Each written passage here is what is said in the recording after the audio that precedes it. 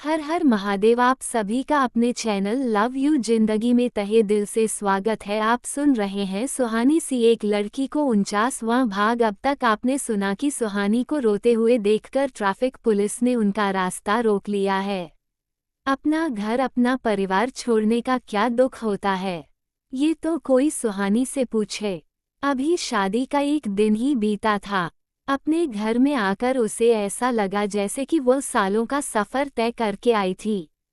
अपने कमरे में आते ही उसने रिलैक्स होने की कोशिश की थी, लेकिन अमित नाम की बला इस तरह से उसके पीछे चिपकी हुई थी, सांस लेने का भी मौका नहीं मिला था। अब उसका दिल सारी चिंताओं को अपने तकिए पर रखकर चैन से सोने का हो रहा था। पर आदर्श के आते ही उसे एहसास हुआ कि वह अपने ही घर में मेहमान बनकर आई थी और तुरंत जा रही थी। उसका जाने का मन बिल्कुल भी नहीं था, लेकिन सीमा जी आज अमित जी के साथ अस्पताल में रुकने वाली थी, तो उन्होंने सुहानी को आदर्श के साथ घर जाने के लिए कहा था। मजबूरी में सुहानी को आदर्श के साथ अपने घर जाना ही था। ऐसे में सिया जी और सत्यम जी भी कुछ बोल नहीं पाए थे। जाते समय वह सत्यम जी के सीने से लगकर रो पड़ी थी। ऐसे नहीं रोते बेटा जी, अब तो यह आना जाना लग ही रहेगा। भगवान करे कि तू अपने घर में बहुत बहुत खुश रहे और हमेशा इसी तरह से हंसती मुस्कुराती आए और हंसती मुस्कुराती जाए। सत्यम जी ने सुहानी के आंसू पोंछते हुए उसके सर पर अपने होंठ रख दिए थे, वरना कलेजा तो उनका भी बहुत तड़प रहा था। वह बेटी जो जिसकी शरारत से पूरी रात खत्म नहीं होती थी। समय की सारी शरारत एक ही दिन में शांत हो चुकी थी। ना जाने कब किसके कमरे से चिल्लाने और लड़ने की आवाज़ सुनाई पड़े। दोनों पति पत्नी को अपना कमरा जाना पड़ता था। सुबह होते ही मैडोना के सुर घर में गूंजने लगते थे। अभी उसके गए एक दिन भी नहीं हुआ था कि पूरे घर में शांति का साम्राज्य व्याप्त हो गया था, और यह शांति उन्हें बिल्कुल अच्छी नहीं लग रही थी। इससे अच्छा तो शोरगुल ही था, पर क्या करते, मजबूरी थी। दुनिया की यही रीत है।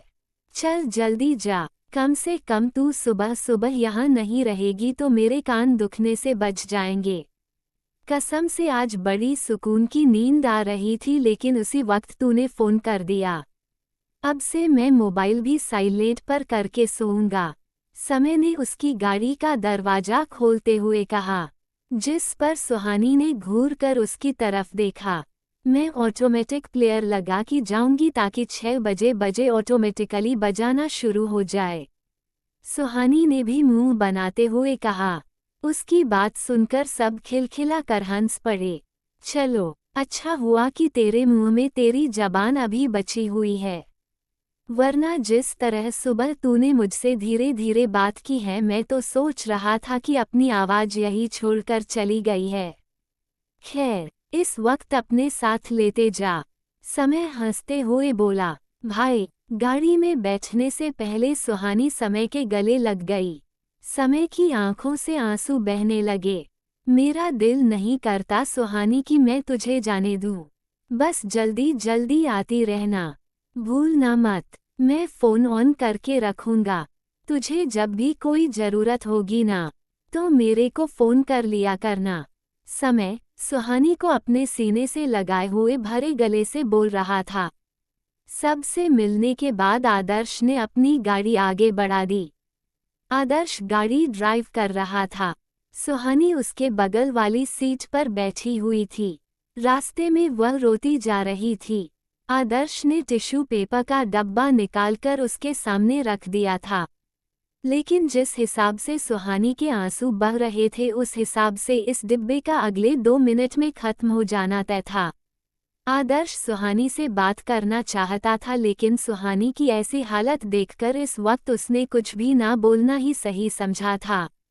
रेड सिग्नल पर आदर्श ने अपनी गाड़ी रोकी तो ट्रैफिक पुलिस ने इन दोनों को देखा। सुहानी ढेर सारा रो रही थी तो आदर्श उसकी तरफ देख रहा था। उसने कुछ चिढ़ते हुए सुहानी से कहा, बस भी करो सुहानी, रो तो ऐसे रही हो जैसे मैं तुम्हें भगा कर लेकर जा रहा हूँ। अगर जाने का मन नहीं है तो भी बोल दो, गाड़ी रिवर्स ले लेता हूँ। आदर्श की बात सुनकर सुहानी का रोना और तेज हो गया। ट्रैफिक पुलिस को यह बातें सुनाई तो नहीं पड़ी, लेकिन उसे लगा कि आदर्श ने कुछ स्ट्रिक्टली सुहानी को डांटा है, जिसके कारण उसके आंसुओं में और तेजी आ गई है। जाने क्या उसके दिमाग में आया कि कुछ दूर आगे चलने पर अचानक से ट्रैफिक पुलिस ने उन्हें रोक लिया। उद्धरण चिन्ह, गाड़ी रोको। आदर्श ने अपनी गाड़ी रोक दी और अपनी तरफ का शीशा नीचे करके ट्रैफिक पुलिस की तरफ देखा। क्या किया है तुमने इस लड़की के साथ? पुलिस ने कुछ गुस्से के साथ अपना डंडा आदर्श की गाड़ी पर ठोकते हुए पूछा। आदर्श ने कंधे उस्काते हुए हैरानी से ट्रैफिक पुलिस की तरफ देखा और फिर सुहानी की तरफ देखा। ट्रैफिक पुलिस भी सुहानी की तरफ देख रहा था। मांग का सिंदूर, हाथ में भरे भरे लाल चूड़े सुहानी के सुहागन होने की तो चुगली कर रहे थे, लेकिन उसके चेहरे पर जो इस वक्त आंसुओं की लाइन खींची हुई थी उसको देखकर लग रहा था इस सुहानी को न जाने कितना दुख दिया गया है, उसके साथ कितनी मारपीट की गई है कि बेचारी की यह हालत हुई है। ट्रैफिक पुलिस का दिल कट गया था। देखो बेटी, तुम्हें घबराने की कोई ज़रूरत नहीं है, इसलिए तुम्हारे साथ कोई मारपीट की है या टॉर्चर किया है तो तुम मुझे बता सकती हो।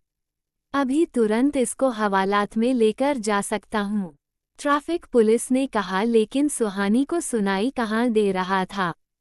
वह तो चुपचाप अपना सर नीचे किए हुए रोने में मगन थी और ना जाने कब रोते रोते ही सो गई थी। सुहानी की तरफ से कोई जवाब न पाकर ट्रैफिक पुलिस ने आदर्श को उसे साइड का दरवाजा खोलने के लिए कहा। क्या किया है तुमने इस लड़की के साथ, जो ये लड़की बोल भी नहीं पा रही है? ट्रैफिक पुलिस ने गुस्से में कहा। अब तो आदर्श भी घबरा गया था। उसने 2-3 बार सुहानी को आवाज़ लगाई, लेकिन सुहानी कुछ बोल ही नहीं रही थी। इधर पुलिस वाले का नॉनस्टॉप आदर्श को बोलना चालू था।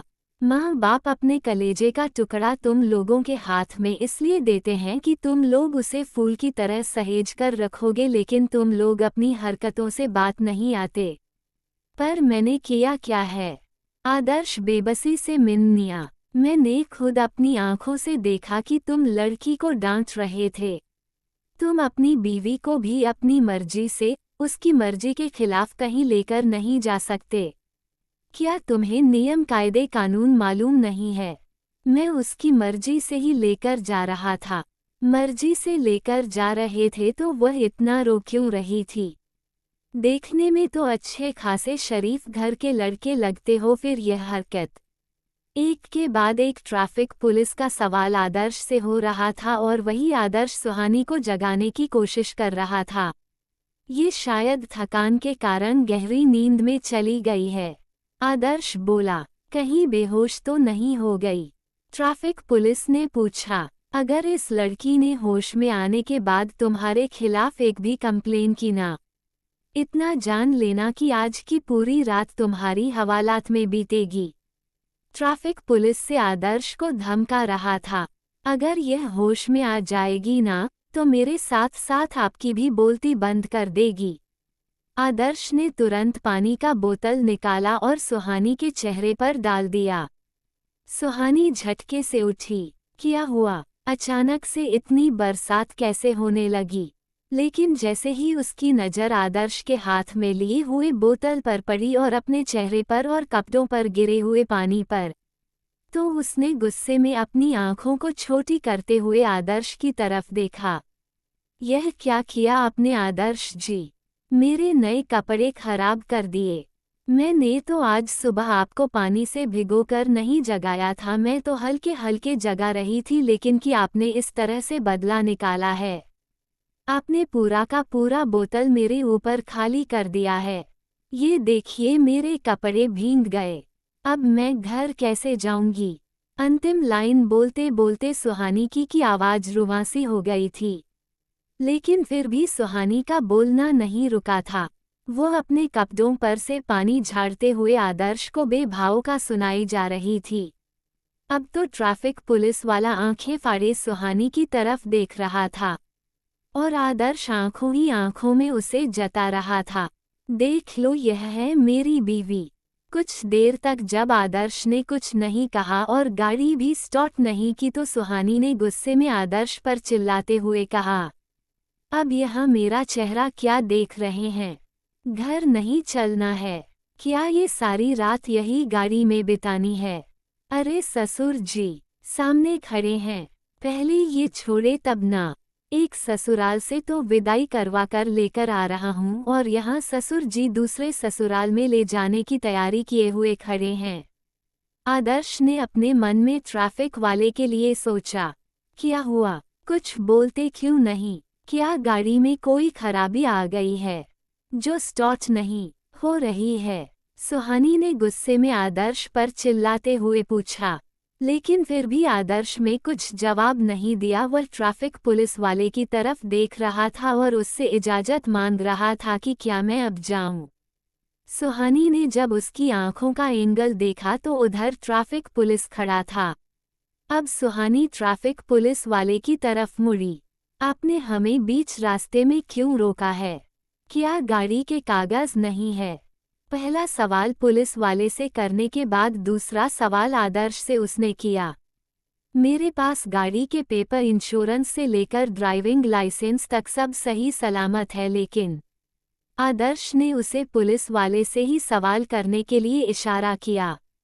तो फिर आपने क्यों हमें रोका है? अच्छी तरह से समझती हूँ आप लोगों को, सरकार जितना देती है उतना से आप लोगों का पेट नहीं भरता, हर किसी से एक्स्ट्रा चाहिए। लेकिन कान खोलकर सुन लीजिए, सुहानी मल्होत्रा ऐसी नहीं है, वो एक पैसा रिश्वत में नहीं देने वाली है। मेरे अंकल दिल्ली पुलिस में एसपी के पोस्ट पर हैं, मैं अभी उनको फ़ोन करती हूँ और फिर आपको बताती हूँ। उद्धरण चिन्ह। सुहानी अब गुस्से में पुलिस वाले के ऊपर ही चिल्ला रही थी।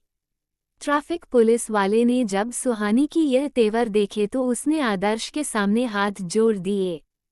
भैया, अपनी मुसीबत तुम्हें संभालो और यहाँ से लेकर जाओ, मेरा दिमाग खराब हो गया था जो कि मैंने तुम्हें रोका। मुस्कुराते हुए आदर्श ने आगे गाड़ी स्टार्ट कर दी।